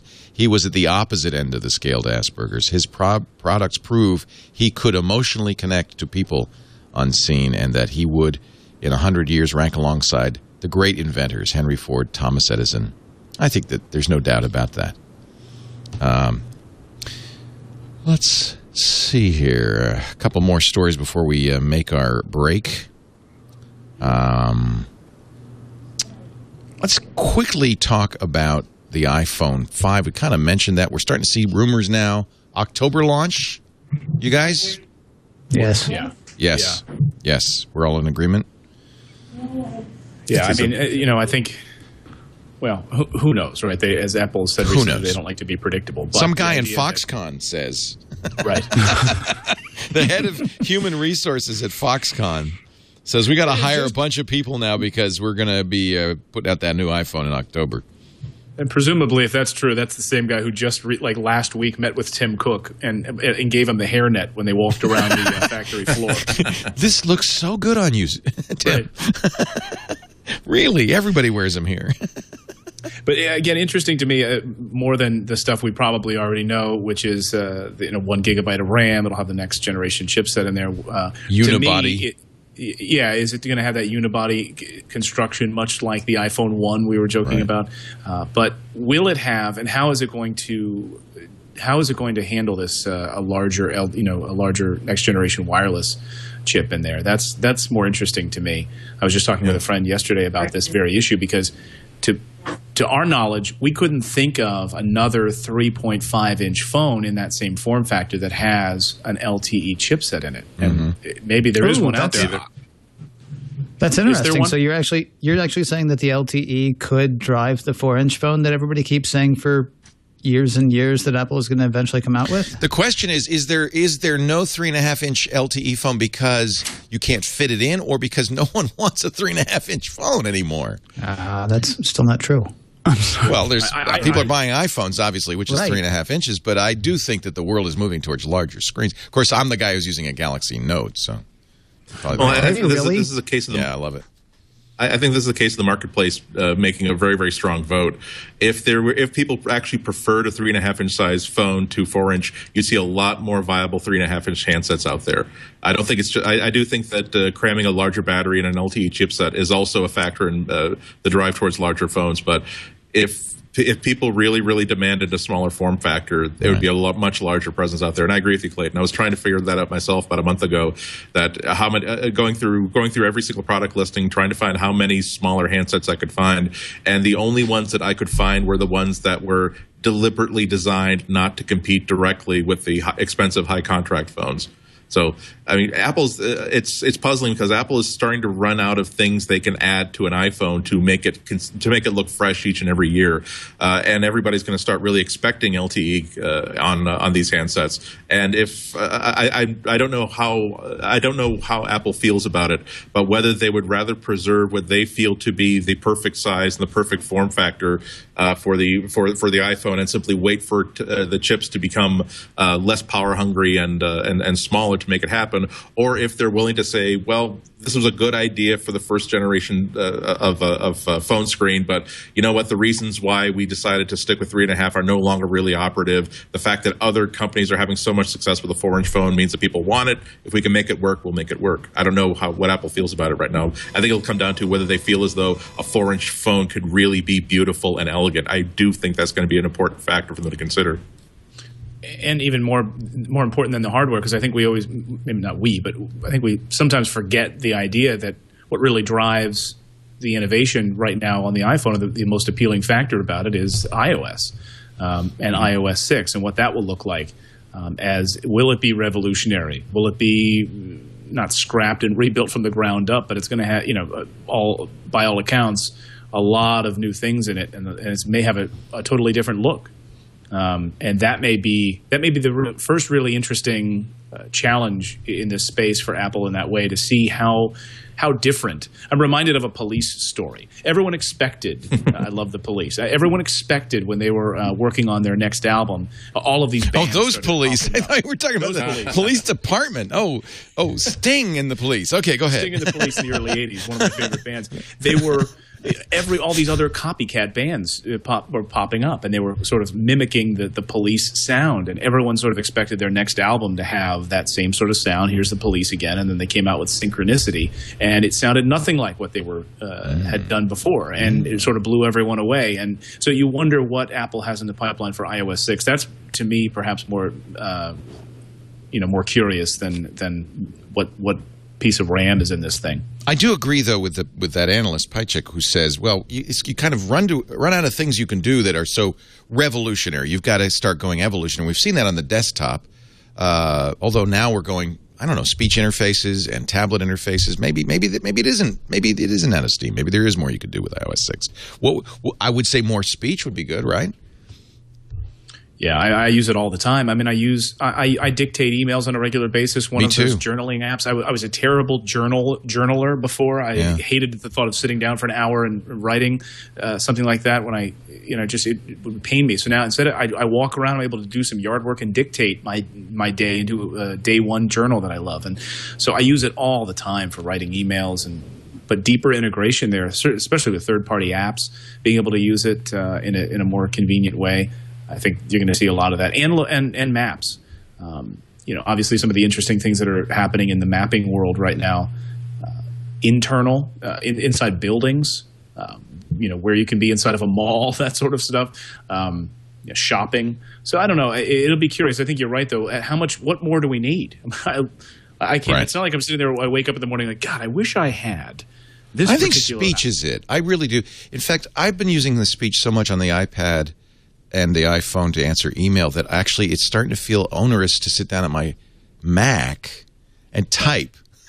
That's not good. But this is really interesting. I'm noticing that I'm getting used to speech so much that typing is starting to feel like a chore. And if we do get to that point, if others get to that point, there may be that completely replaces the keyboard. That would be a major shift. Well, it would also be a major shift. Go ahead, start Ken, and then we'll give you. Forgive me. I'm still stuck back on the 3.5 to 4 inch screen. I mean, there's got to be a better reason than because everybody's doing it. I mean, where it's still because customers, because you don't want to look like you're old, and 3.5 inches looks old. It's not strictly. I'm sorry. Go ahead. I'll come by later. Go. Forgive me. If it's still the number one selling smartphone on all of the, at least here in the States, on all of the carriers where they sell it. Well, that's why you make changes, because if you wait until the sales start dropping off, you've got a problem. Right, you got to kind of look a little bit ahead, Ken. You can't just say, "Hey, this is selling great. Let's not change it," because that could hurt you in the long run. Well, but I mean, has there been one? I mean, I'm not saying you wait for sales to fall off, but has there been one yet where sales have one 3.5 inch phone? No one makes them anymore. No, an iPhone. Well, I think to Andy's point, nobody makes a 3.5 inch phone because no one wants it. The iPhone may be surviving based on iOS, but I think you've got to really address that issue. Yeah. So then, in terms of usability, though, are the companies that are coming out with 4-inch phones or greater doing that for the most part? And I'm not speaking for all of them. I'm not speaking for any of them. Or for the most part, are they doing that because they've really found a way to use that extra half-inch across? Yeah, better, the keyboard works better. Okay. Period. All right. Andy, your thoughts? It wasn't initially.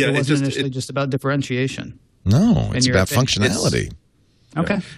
It's not about putting out a 4-inch screen because that's what everyone else is doing. It's more of recognizing that the fact that these phones are popular means that that's sort of a vote that the marketplace is making, that they actually kind of like 4-inch phones, which is also not in itself a reason for Apple to switch, but it's a reason for them to look at the decisions that they made about why did we make the phone exactly this size, and then 3 years later, 4 years later, probably closer to 5 years later, after they made that, 4 years later after they made that decision, now they have to ask themselves, do we still feel that strongly that 3.5 inches is integrally important to the design of this phone? And if they decide that, well, actually, no, I think that the reason why we've been using 3.5 inch for the past 2 years is because that's the size it's always been, that gives them the option now of saying, well, what would we do with a 4-inch phone? How can we make this better? And as long as they could do that without them feeling as though they're compromising the simplicity and the elegance of the iPhone, that suddenly becomes on the table. Does that, in your opinion, then come down to whose idea it was in the first place? I mean, if it was, again, not to pull an Isaacson or whatever you want to call it, but if Steve Jobs was the one who really lobbied for the 3.5 inch, and if Steve Jobs were still alive, then obviously we're not even talking about this. Yeah, but that was in 2007. No, I understand, but my question is, does it come down to, who is most strongly behind it at this point, or is it, I mean, do we see it as a foregone conclusion then that it is going to have a bigger screen? No, I don't think it's a foregone conclusion, but I think that the scales might be moving towards if there are advantages that Apple conceded doing a 4-inch screen, then now they're probably more receptive to doing that because it's been 3 years now. Sometimes your philosophy changes after 3 years. 3 years ago, every single screen was 3.5 inch. They didn't have all this data coming in about 4-inch screens to go by. I mean, if when Samsung released the Galaxy Tab as a 7-inch tablet and they started selling gangbuster quantities of these tablets, Apple wouldn't have concluded that they made the wrong choice in a 10-inch, but they would have said, okay, we now have evidence that there are 10 million people who want a 7-inch tablet, despite the fact that it's running this crummy, scaled-up phone operating system, and they would certainly learn from that. And also, let's also not forget that sometimes Steve's opinions from the reports that we've been reading isn't just simply he made a decision and that was it. Sometimes other people would say, well, no, Steve, you're wrong. Here's the evidence of why it should go that way. And then 2 meetings later, Steve is saying, well, we made a great decision. I was wrong. We're going with a 4-inch phone, or we're going with this layout for this app.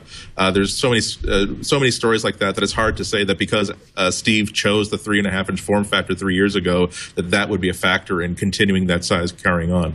There's a good article on The Verge in the Apple Core about a 4-inch iPhone 5. We've talked before about, well, all you do is you keep the same 960 by 640 resolution. You just blow it up to a bigger size.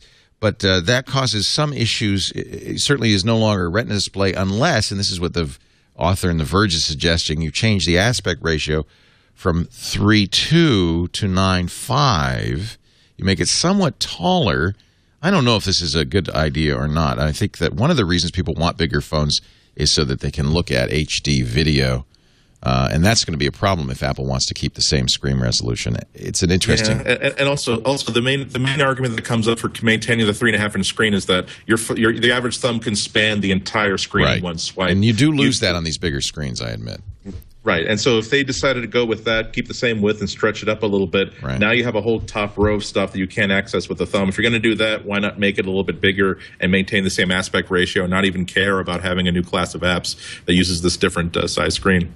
That would be that's of course the issue. Apple doesn't want to fragment that. Leo, I'm supposed to be talking about interstellar space 2 floors below me in about 5 minutes. So, Andy, give us your pick of the week. How about that? My pick of the week is a really cool app that I found a week ago. Us old timers who were around with the Mac at the beginning have a certain nostalgic connection to Bill Atkinson's dithering algorithm for turning a photo into a 1-bit, like black and white. I love this app. And so I will never be able. John Ballesteri at tinrocket.com wrote an app called Hyperdither that uses the actual identical algorithm that Bill Atkinson used. He got the actual algorithm from Bill and will convert any photo that you have into 1-bit dithered as though it's a HyperCard graphic. And some people might be saying, well, who cares? I've got like graphics converters that can dither into 1-bit.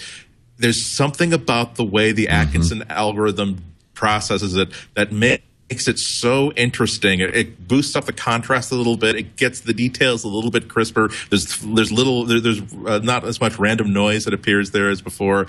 But I will also say that in addition to the aesthetic appeal of it, you're just put right back into the mid-'80s. It's really fun. When you scanned in something with ThunderScan and you're seeing a picture of your dog that on your computer, which you've never seen before, with that really cool dithering pattern. And the stupid nostalgia is valuable to some people, and unfortunately, I'm one of those people. And it's a free app, too. It's called I think I'm going to redo my entire blog and do everything in Hyperdither 1-bit. Yes. Thank you, Andy Ihnatko. He's at the Chicago Sun-Times. If you are in Colorado, immediately go to his lecture. We thank you for being here. CWOB.com is the website. If you go to colorado.edu/CWA, you'll get the full schedule of all the events. Everything's open to the public, and there's a lot of cool things going on. They don't stream the talks, do they? Okay. I don't believe they do. Oh, too bad. Next year, we got to be there. Next year, I can get you an invite. You'd be a high class ticket. I think. I'd love to go. Excellent. All right. Hey, thank you, Andy. Cheers. Take care. Clayton, you want to do a pick? Sure. Yeah, I've been playing with this. Let's see if I have it up here. Yeah, I do. So it's a little bit of an ecosystem.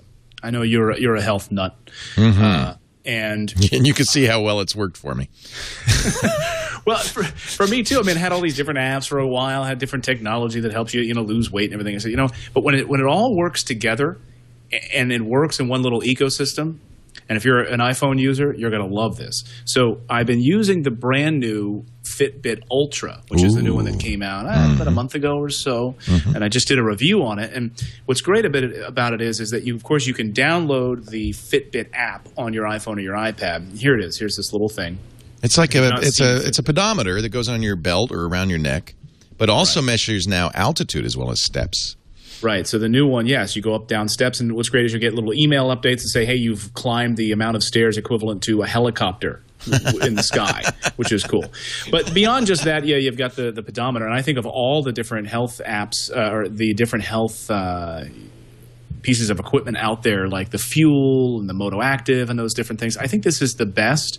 And I think if you look over at like gdgt.com now or gadget.com, I think it ranks as the one of the highest there too. So in my experience, it's just been durable and works really well. But here's where I get excited about it and what's been working for me. And over the past 2.5 weeks, I've lost 8 pounds now. Wow. Is tying it together with the great app Lose It. Yeah, love which Lose is It. a long time iOS app. But now they've got Fitbit integration inside of it. So that's neat. When you walk near your Fitbit base station, it syncs, of course, so you don't need to actually put it on there.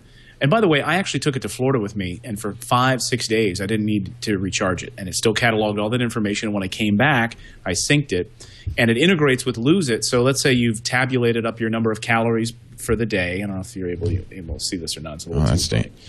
You're able to put all your different calories up there for the day, and then at the bottom, it'll say Fitbit integration, and it'll give you like your exercise variant, and it'll subtract the number of calories because you've been wearing your Fitbit throughout the day. I've been waiting for this kind of integration because we all have all of these. I've got the Y Things scale and the Y Things blood pressure monitor and a Fitbit and an Up, and it'd be great if these all work together to somehow get a profile. Right.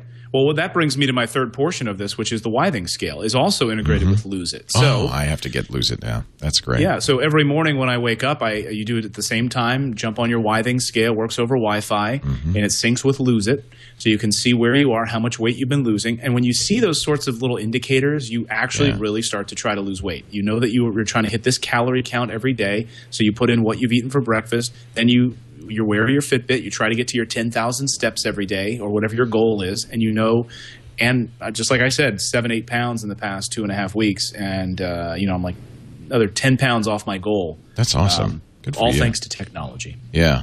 It's nice to have that reinforcement. That's awesome. So Lose It is free, which is nice. It's on the App Store, available for the iPhone. And the Fitbit's $99 from Fitbit.com. And the Y Thing scale is like, I don't know, $160 or something, but it's fun to have also. Yeah. It's fantastic because it gives you your BMI and what else does it give you? Your BMI and your body fat. Your fat and your fat also. How much when you step on that, you see that. But when I mentioned Lose It on the air one day, I got hundreds of emails from people that, what is that app? What is that app? I want to lose weight. I need something like that. And it's basically a calorie counter, but now that it integrates those in, that's really makes it even more. And it has this barcode scanner. Have you tried that feature? Yeah, isn't that nice? And it's free. It's free, so check it out. It's been my favorite calorie counter for years, actually. Right. I'm glad to see that they're updating it because I don't know how they make money on it, but that's really cool. Thank you, Clayton. They have a partnership with Doritos. And now at Taco Bell, the new Fitbit Lose It Dorito Taco. Do you want to OS Ken? As long as you're here, Mac OS Ken, why don't you give us a pick? You must have something you like a lot. I'm in love with paper. Paper is awesome. This has been mentioned on the show before. But not on this show. On iPad Today, I think we mentioned. No, Alex did love Alex? That's right. Did he really? Yeah. Go ahead. Tell us how much you love paper. It's okay. I love paper. That much. This is not paper like in Scranton, Pennsylvania, the office Dunder Mifflin paper. Not Dunder Mifflin. Not paper for a paperless world. This is in fact paper for a paperless world. It's awesome. I have a thing that I drew that you can't see. Let's see. Show us. Look at that. Yeah. That's good. What I like about it, though, and then Eileen was just going, I guess it was Eileen going through the description of the application. It's very simple. Yeah, I have Art Rage for my iPad. And Art Rage lets you do a whole lot. And honestly, for me, because all I've ever done for the most part is doodle. Right. Art Rage is a little bit too much. It gets very easy for me to sort of screw up the stuff that I'm doing in Art Rage because there are so many different levels and different tools. So if you're a total pro, then this might not be the thing for you, except for what you were talking about earlier, where you're saying professional photographers use Instagram. This is kind of like that. The line quality is just so incredible, and it's so responsive. It's kind of like what you guys were talking about earlier too about Path. I mean, the best thing about Path is Path. I mean, it's the UI, the user interface, it's the simplicity, right? And it's sort of the same thing with paper. It almost makes you feel like a better artist when you're playing with it too. Like, I'm not that good. That's what I need. Totally. No, it's absolutely true. And that really, I think, does have to do with the line quality. It's a free app. It comes with one drawing tool, the pen. And the line quality on the pen, the second I saw that, I knew I was going to spend the full $8 for all of the other tools. Right. It's gotten some bad reviews in iTunes because they charge in the the 99-cent app world, they charge too much for the tools in some people's opinion. But I mean, $7.99 gets you all 5, I think, of the drawing tools. So there's like No, there's a pencil and there's a watercolor brush, and I can't remember what the rest are. There's sort of like an outliner. It's just really, it's a fun, and like Clayton said, it makes you feel like you're a better artist. I just bought the $7.99 tool kit, so I'd have all the pens. So think of it as an $8 app, really. Pretty much. Although, I mean, there is enough function. I mean, if you just want to doodle and you want to doodle for free, like if I were giving this to, if I were giving some kid my iPad to play with, I'd have no problem downloading that, the pen app and letting them do that for free, because I mean, it really does. That's true. It's just so much more responsive and it's neat. It's the first art app that I've been tempted by in quite a while, and it's even more than an art app too, isn't it? Do you use it, Ken, at all? Like I've started using, I was designing these raised beds in my backyard, and I'm like, I want an app that I can lay it out. Like almost like an AutoCAD program in a way. You know, I wanted something where I could draw it out and kind of map it out and figure where I wanted to put the garden and this and that. And I was like, there's nothing really good in the App Store. There's nothing like that. And now with these little sketchbooks within Paper, sort of enables you to have doodles, or maybe I want to do different home designs or things. So it's not just a random page of paper that you're drawing on. You can keep little sketchbooks of different things you're working on around your house and other things like that too. Search for it on your iPad as Paper by 53, spelling out the words, because it's hard to find otherwise. It's such a generic name, but absolutely, I agree with you. You get the free one, and if you like it, then you can pay for some pens. Each pen is $1.99, or all 4 of them are $7.99. Thank you so much, macOS Ken, for being here. Ken does a regular podcast every day of the week. Just search for macOS Ken on iTunes or anywhere. Go to macosken.com and you can get his daily news show all about the Mac. When you did this, so what did the hair go from the top of your head to, I'm confused. I really need to update my picture. Every couple of months I talk to my web guy, because he's very busy. He works on he's got an app for which he is full-time employed, and good for him. And we get together every couple of months and say, yeah, we really need to get on doing something about my site. But, just a new picture. That's all we ask. That's all. But you can't just do a new picture though, because then suddenly it's a whole redesign. Seriously, we've tried just doing the new picture in the past, and then he'll say, "Well, it would be really great," and I'm like, "Well, if you're going to do that kind of work, what would be great is this too." And then 3 beers later, you're like, "Yeah, we should really probably get to the website at some point." Yeah. MacOSKen.com. Thanks for being here, Ken. It's really great to talk to you. Thanks for having me. Clayton Morris is at Fox and Friends every morning. You work Saturday morning, too, though. I feel so bad for you when I log into Path, and there you are at 3 a.m. getting up. When I hit the little awake button on Path, and it's no one is awake anywhere as I'm going into the office. But yeah, foxandfriends.com. And I usually, on Twitter, I like Clayton Morris on Twitter. I usually tweet out different tech stories that I'm covering, or different video reviews and things. So those get pushed out that way as well. That live on foxnews.com. It's awesome. It's really great to have you on always. Actually, I don't feel bad for you so much as Natalie, who then, like an hour later, Natalie will say, I have a guy friend named Natalie. I'm sorry, I keep saying Natalie. Natalie will say, I wish I could get back to sleep. I know. And, I feel so bad. She's 4 weeks away from having a baby, and that's exciting. Can't get back to sleep, that's really exciting. I try to sneak out real quietly. Do you know if he's a boy or a girl, or are you saying? No, we haven't found out. I feel like we get so few surprises as adults that we opt not to find out. But after this, the factory's closed. Yeah, that's right. That's what I did. I shut it down. Shut it down. Shut it down, baby. At Clayton Morris on Twitter, and of course Fox and Friends. Thanks to you guys for joining us. Thanks also to Andy Ihnatko, who's run off to be with his people at the World Affairs Conference. Thanks to you for joining us. We do MacBreak Weekly every Tuesday, 11 a.m. Pacific, 2 p.m. Eastern on twit.tv. We like it if you watch live. I can see your responses in the chat room and so forth. However, you can always follow the show. In fact, it's best if you subscribe on iTunes or some other podcatcher and get it every single week. That way you don't have to worry about missing it, audio and video. Yes, Eileen? Well, the audience just wants to know whether or not you were going to give your virus pick, your antivirus pick. Yeah, I know. No? We ran out of time. Don't read this. We just wanted to do this bit. Okay, I know. Anyways. I just completely ran out of time. Thank you all. We'll do it next week. That's fine. What else? NAB is next week. NAB. We'll be doing MacBreak from the NAB conference. At the same time or a different time? Same time. Okay. You, Alex, Larry Jordan, did I get that right? Yeah. And Darren Orakata. I just butchered his name. Good people. Good people with funny Mac names. People, and we'll have we'll be up there on the stage at Good. NAB next week. That'll be fun. NAB, the National Association of Broadcasters shows. We're going to be there Monday through Thursday of next week for full wall-to-wall coverage as the official streaming partner.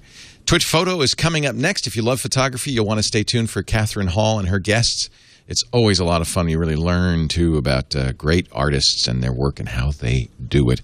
And, of course, you can subscribe to that, too, on iTunes. Thanks for joining us. We'll see you next time. Now, get back to work. Break time is over.